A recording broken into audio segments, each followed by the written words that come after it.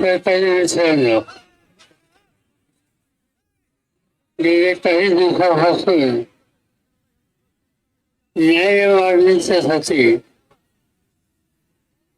दुसऱ्याने तुम्हाला संघर्ष करण्याची आज वेळ आलेली. शासकीय कर्मचारी, शासकीय कर्मचारी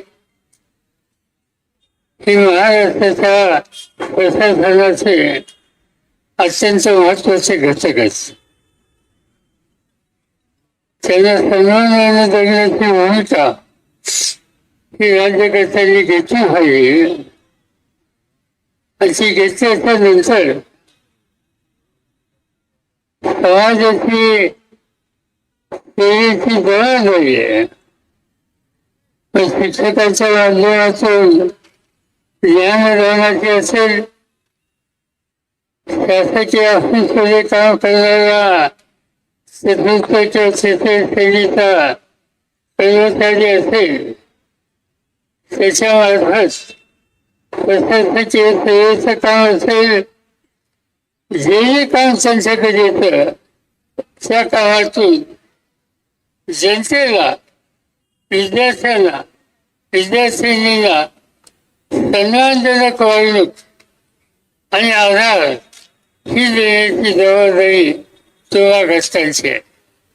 आणि ज्यावेळेस तुमच्या जबाबदारी आहे त्यावेळेस राज्यकर्त्यांची ही जबाबदारी आहे की राज्याच्या प्रशासनामध्ये असे शैक्षणिक क्षेत्र असो, प्रशासकीय क्षेत्र असो, तिथे जर असतो तेव्हा सन्मानानं जगण्याची संधी ही त्यांनी द्यावी असावी.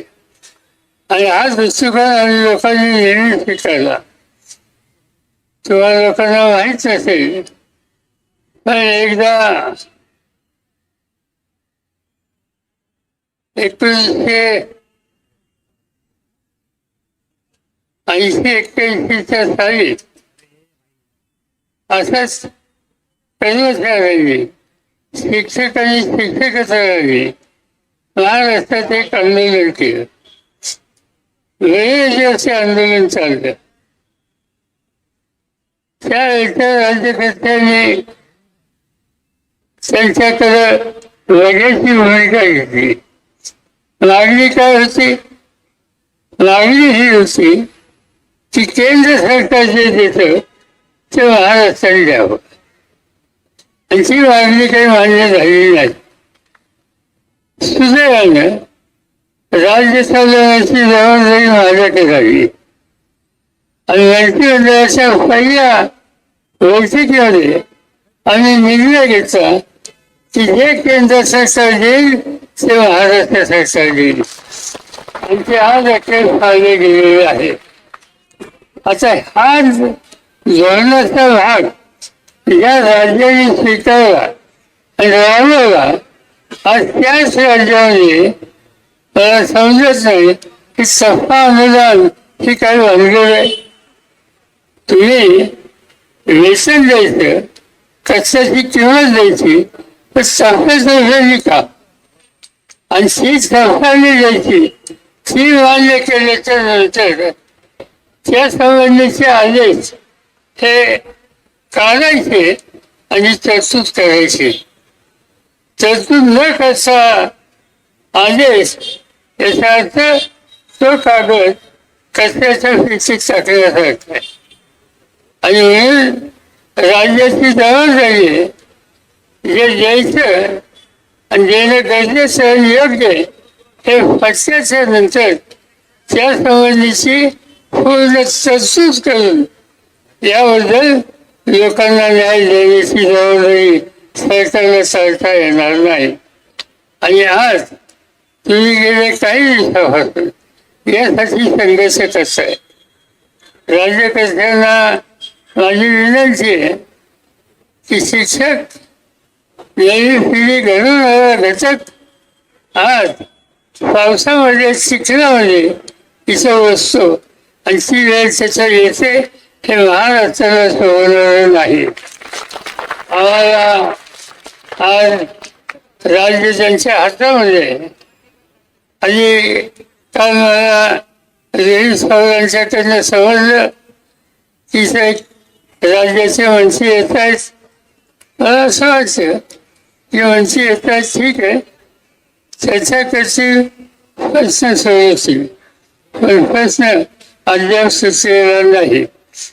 याचा अर्थ आहे की आता राज्य सरकारला स्पष्ट सांगावं लागेल की बाकी कुणाच्याही बाबतीत कोणाची काही तक्रार असली तर त्याच्या खोल्यात मी जाऊ इच्छित नाही, पण ज्ञानदानाची जबाबदारी ज्यांच्यावर आहे आणि उद्याची महाराष्ट्राची पिढी ही तयार करण्याची नैतिक जबाबदारी ज्यांनी अंतःकरणापासून स्वीकारलेली आहे त्यांना संघर्ष करायची वेळ येऊन देऊ नका. लवकरात लवकर जे 24 ऑक्टोबरचा जी काही तुम्ही ऑर्डर काढली ती फोकल ऑर्डर ठेवू नका. त्यासाठी काय 1000-1200 कोटी लागतील, मला आकडा नक्की माहिती नाही. 1100 त्याची तरतूद करा, त्याचे द्यायला सुरुवात करा आणि या राज्यामध्ये शिक्षकाचा सन्मानच होतो या प्रकारचा इतिहास घडवा. हा आग्रह आम्ही राज्याच्या मुख्यमंत्र्यांना सांगू. मला असं वाटतं की हा तुम्हा सगळ्यांचा आग्रह हा योग्य आग्रह असल्यामुळे त्यांना याबद्दलचा निर्णय घ्यावा लागेल.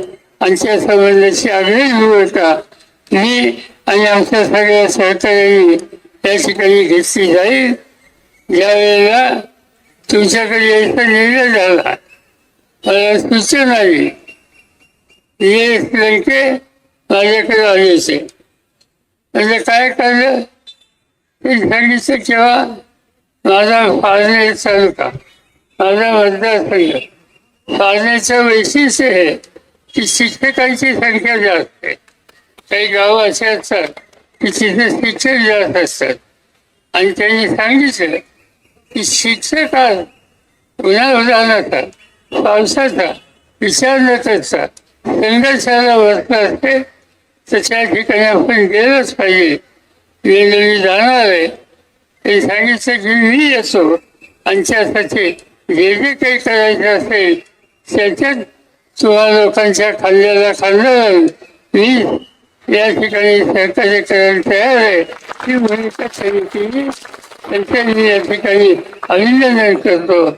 आणि आपण अपेक्षा करूया की लवकरात लवकर आज उद्या या संबंधीची तरतूद ही करून आज उद्या काही म्हणजे आज बैठक आहे, बैठकीत निर्णय झाल्याच्या नंतर जाहीर करायला अर्थ खात्याकडे जावं लागतं, सामान्य प्रशासनाकडे जावं लागतं. त्याच्यासाठी थोडा वेळ गेला तर आणखी 1 दिवसापेक्षा जास्त नाही. या 1 दिवसाच्या आतच हे करावं. यासाठी मी हा सवलतीच्या ठिकाणी वापरला. तुम्ही काही चिंता करू नका. प्रशासनाचं मला थोडं समजतं. आयुष्यामध्ये आज महाराष्ट्राची विधानसभा, महाराष्ट्राची विधान परिषद, देशाची लोकसभा आणि देशाची राज्यसभा या सगळ्या संस्थेमध्ये गेली 56 वर्ष मी सतत आहे. आणि त्यामुळे या प्रशासनाच्या संबंधी तुम्ही काही चिंता करू नका. कसा निर्णय घ्यायचा असतो, कशी तरतूद आणायची असते आणि तुम्हाला ती कशी द्यायची असते हे मला तुम्ही शिकवायची गरज नाही. ते फरक पडेल यासाठी आमचा आग्रह राहील. एवढं सांगतो आणि आपल्याला लागेल. धन्यवाद पवार साहेब. सगळ्या शिक्षकांनी कोणतीही काळजी करू नका. आता